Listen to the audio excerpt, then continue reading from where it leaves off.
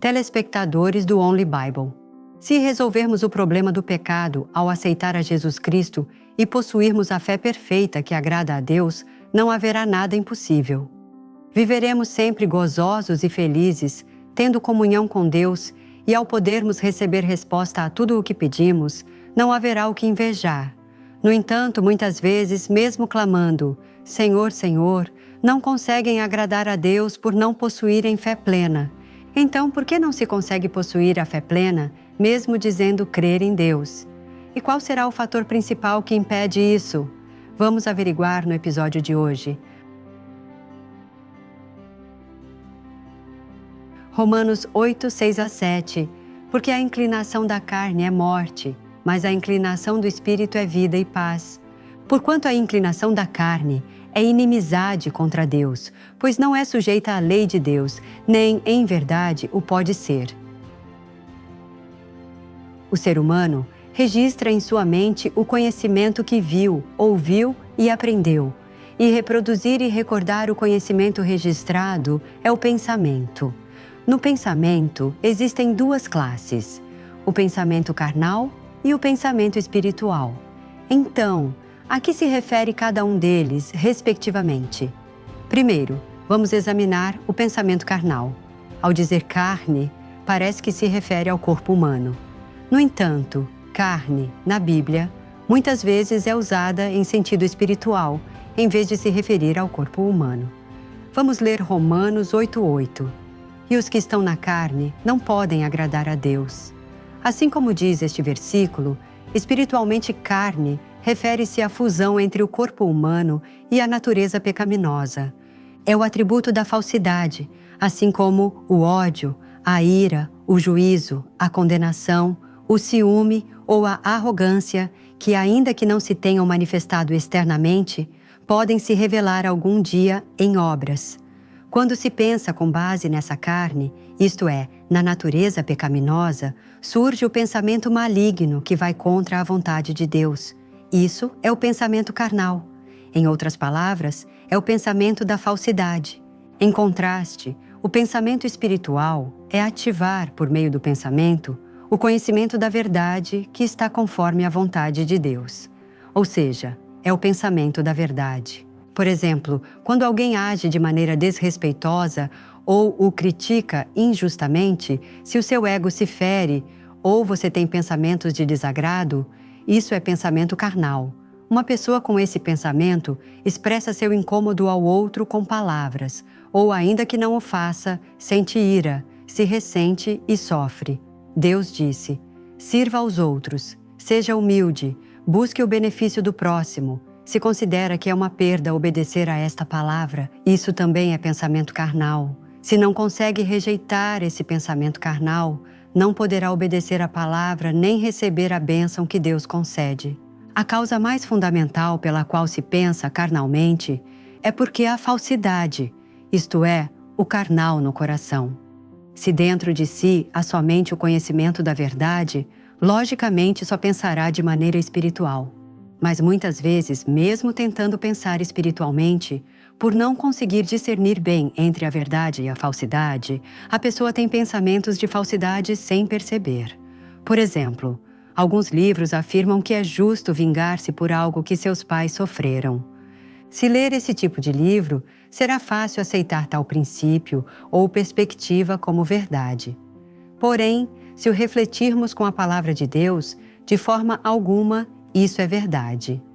Em Mateus 18, 22, disse para amar os inimigos e inclusive perdoar 70 vezes 7.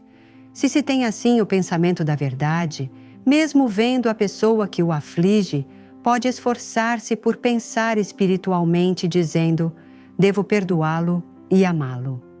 Por outro lado, uma pessoa com conhecimento de falsidade, que é contrária à palavra de Deus, vive segundo seus próprios valores, dizendo, essa pessoa é impossível de amar porque é má.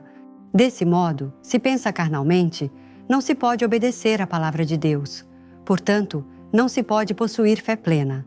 Outro fator que impede possuir fé plena, ainda que se diga crer em Deus, é todo argumento que viola a palavra de Deus.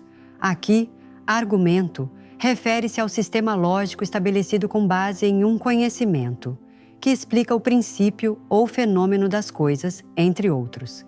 Entre eles, há coisas totalmente opostas à palavra de Deus e assim tornam-se um obstáculo para possuir fé espiritual. Claro que, embora os argumentos e conhecimentos tenham contribuído grandemente para o desenvolvimento da civilização, nem tudo nisso é verdade. O argumento é simplesmente uma teoria estabelecida pela percepção e pelo conceito humanos. Por isso, acontece que existem diferentes argumentos sobre um único fenômeno, e chamam de equivocado o argumento ou teoria que antes era considerada correta. Assim, o argumento costuma mudar conforme o tempo e a cultura, e contém verdade, como também muita falsidade. Se a pessoa se apega a esse argumento e conhecimento, será difícil crer na obra de Deus e não poderá obedecer à palavra. Por exemplo, a Bíblia diz que Deus criou o ser humano, enquanto nas escolas se ensina a teoria da evolução. Esta última se tornou o argumento do ser humano, razão pela qual é difícil crer no Deus Criador. Como uma pessoa que coloca primeiro seu pensamento e experiência poderia crer em Deus, que criou tudo do nada? Se tenta encaixar a palavra de Deus no seu pensamento e argumento, é difícil possuir fé plena. Por isso, é importante discernir corretamente a verdade e a falsidade segundo a palavra de Deus, o Criador.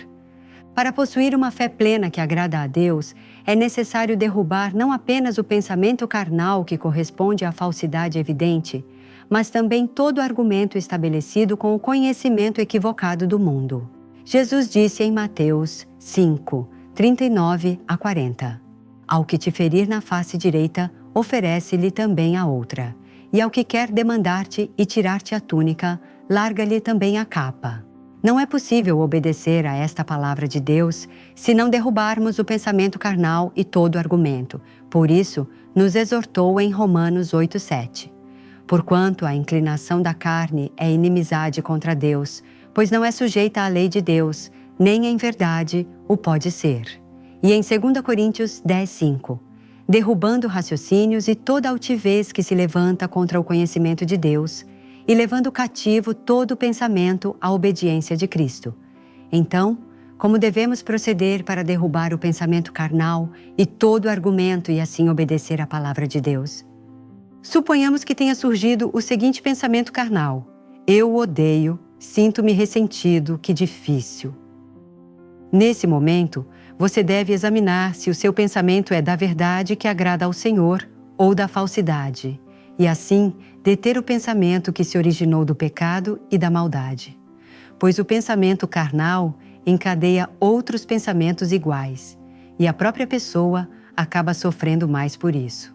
Em seguida, é preciso encontrar a raiz, isto é, a causa original do pensamento carnal, que é a inimizade contra Deus.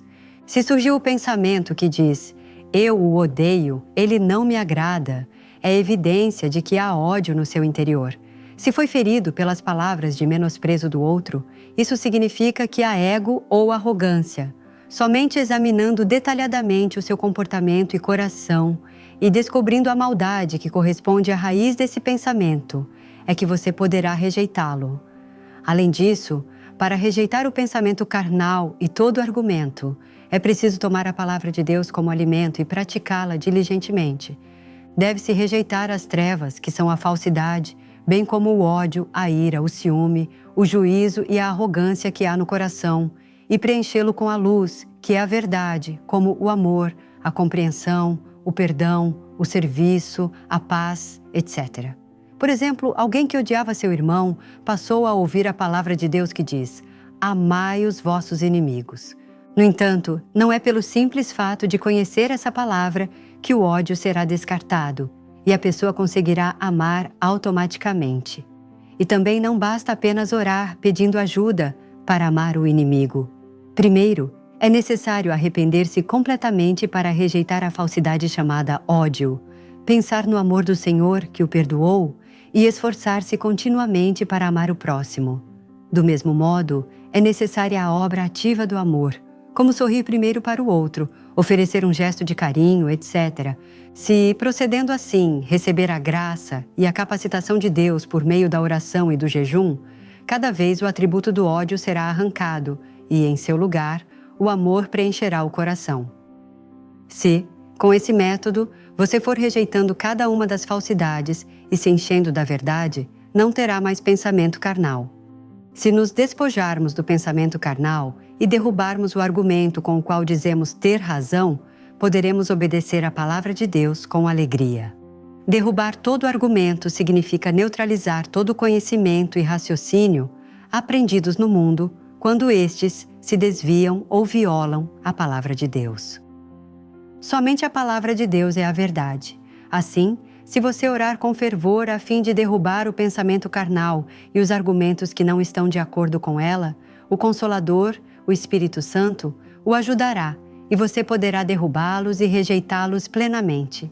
Irmãos, neste episódio, examinamos o que é o pensamento carnal e todo argumento que nos impede de crer no Deus Criador Todo-Poderoso e obedecer conforme a sua palavra.